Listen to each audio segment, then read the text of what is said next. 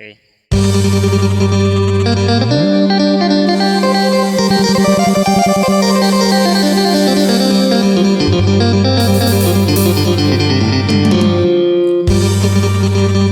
ลานางเอ้ยสมมุติว่า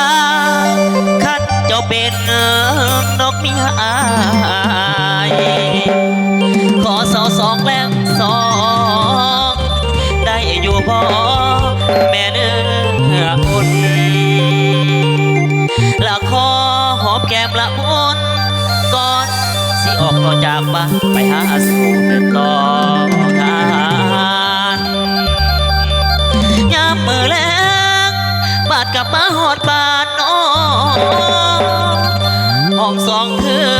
เด้อตาหวานเศร้ากะสองแลงกะสองเจ้าหับไว้อยู่บ่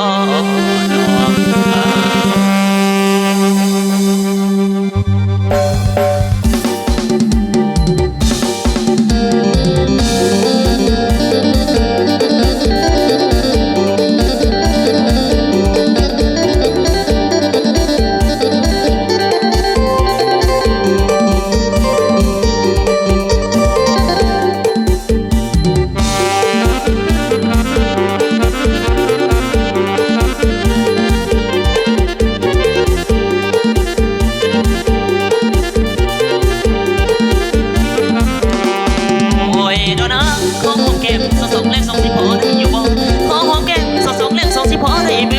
เศร้าได้น้อฮับปากมาได้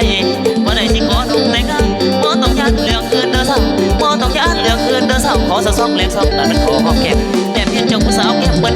แนบเห็นเจ้าผู้สาวแก้มเบิ้นบังเอิญแต่เจ้าเส้นสายจงประสานเจ้าอยู่บ้านเห็นทินแดนใดเจ้าอยู่บ้านเห็นทินแดนใดเก็บเขาคือนอนทำเพลงที่รอใจใส่ห้องอย่าเป็นพวกกอดกายใจใส่ห้องอย่าเป็นพวกกอดกายกันคุณลายได้เป็นคุณ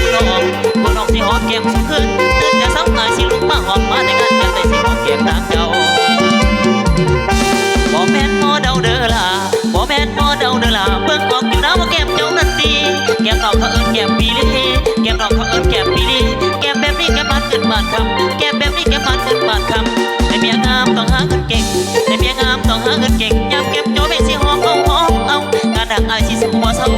การดักอายสิสู้บ่เศร้าคิดถึงแก้มเจ้าอายสิสู้บ่ถอยใจลอยใส่สองหัวแก้มใจลอยใส่สองหัวแก้มในแต่แนมแล้วมันละยามอายแก้มหัวบ่อยหัวนอกใจแก้มหัวบ่อยหัวนอกใจส่วนแก้มเบื้องซ้ายให้ผัวไปหาเงินเขาจะเงินแก้มหาเงินคือบ้าเขาจะเงินแก้มหาเงินคือบ้าจนอยากได้น้องลาไปขอลงแต่งงานโอ้ต้องยันเรื่องเงินเธอสั่งโอ้ต้องยันเรื่องเงินเธอสั่งโอ้จะส่ง